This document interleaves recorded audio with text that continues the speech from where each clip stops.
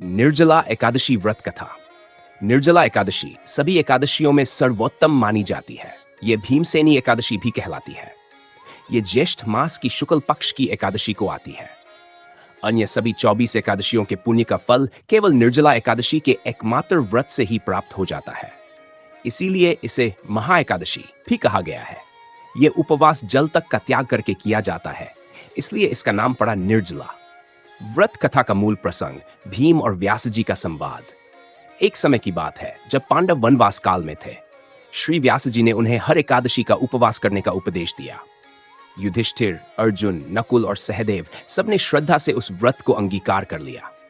परंतु बलशाली भीमसेन बोले, भगवान, मैं भोजन के बिना रह सकता हूं, लेकिन जल के बिना नहीं। मेरी अग्नि पाचन शक्ति अत्यंत प्रबल है, मैं भूखा नहीं रह सकता। तो क्या मुझे एकादशी व्रत का पुण्य नहीं मिलेगा? व्यास जी मुस्कुराए और बोले, हे भीम, यदि तुम पूरे वर्ष की सभी एकादशियों का पुण्य चाहते हो परंतु उपवास नहीं कर सकते, तो एक उपाय है निर्जला एकादशी। इस दिन न जल ग्रहण करना, न अन्न। यदि तुम ये एक व्रत कर सको तो वर्ष भर की सभी एकादशियों का फल तुम्हें मिलेगा। भीमसेन ने यह व्रत रखा, जल भी नहीं पिया। व्रत के प्रभाव से वे अत्यंत पीड़ित हुए, किंतु उन्होंने धैर्य नहीं खोया। अगले दिन द्वादशी को उन्होंने विधि पूर्वक पारण किया। तभी से यह व्रत भीमसेनी एकादशी कहलाया। यह व्रत करने से सभी एकादशियों का फल प्राप्त होता है, पापों का नाश होता है और मोक्ष की प्राप्ति होती है। यह व्रत जल, अन्न, फल सभी का त्याग कर उपवास और ईश्वर भक्ति में लीन रहने से सिद्ध होता है। जो इस दिन जल भी नहीं पीता, वह अग्नि, वायु, जल और मन को वश में कर लेता है, ऐसा शास्त्रों का मत है। यह व्रत दान, जप, कीर्तन, सत्संग और ध्यान से समृद्ध होता है। 1. व्रत की पूर्व रात्रि को सात्विक भोजन करें। 2. एकादशी के दिन प्रातःकाल उठकर स्नान, संकल्प और पूजा करें। 3. दिन भर अन्न, जल, फल, जलपान आदि कुछ भी न लें।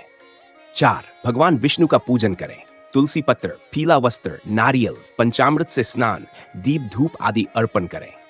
5. विष्णु सहस्रनाम, गीता पाठ, भगवत कथा का श्रवण करें। 6. रात्रि को जागरण एवं भजन कीर्तन करें।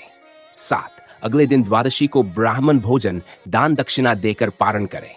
विशेष मान्यता है कि जो व्यक्ति ये व्रत करता है वह यमलोक नहीं जाता, वन वैकुंठ धाम को प्राप्त होता है। ये व्रत करने से जलदान, वस्त्रदान, अन्नदान, सुई, तीर्थ स्नान, गोदान आदि का फल सहज ही प्राप्त हो जाता है। विधवा, वृद्ध, रोगी, असमर्थ व्यक्ति भी यदि केवल यह एक व्रत कर ले तो उन्हें पूरे वर्ष का पुण्य प्राप्त होता है। पुराणों के अनुसार इस व्रत का वर्णन पद्म पुराण और स्कंद पुराण में इस व्रत का विस्तृत वर्णन मिलता है। पद्म पुराण में कहा गया है, एकादश्यान जलन त्यक्त्वा योजनो व्रतमाचरेत् सर्वपाप विनिर्मुक्तो विष्णुलोकं स गच्छति। अर्थात जो व्यक्ति एकादशी के दिन जल का भी त्याग कर व्रत करता है वह समस्त पापों से मुक्त होकर श्री विष्णु के लोक को प्राप्त करता है। निर्जला एकादशी केवल उपवास नहीं बल्कि आत्मसंयम, संकल्प और श्रद्धा का प्रतीक है। यह व्रत मनुष्य को सिखाता है कि इंद्रियों पर नियंत्रण, जल तृष्णा का दमन और भक्ति की अग्नि में तपकर ही दिव्यता प्राप्त की जा सकती है। यह हमें भीतर से शुद्ध, संयमी और भक्तिमय बनाता है। निर्जला एकादशी वह दिव्य अवसर है जब हम तन मन से तपकर भक्ति और त्याग के मार्ग पर चलते हुए भगवान विष्णु की शरण में आते हैं। यह व्रत केवल कष्ट सहने का नाम नहीं बल्कि आत्मशुद्धि की महान साधना है। जो व्यक्ति ये एक व्रत श्रद्धा पूर्वक करता है वह जीवन में सत्कर्मों की शक्ति, ईश्वर भक्ति की अनुभूति और अंतिम समय में प्रभु का साक्षात्कार प्राप्त करता है। जय श्री हरि।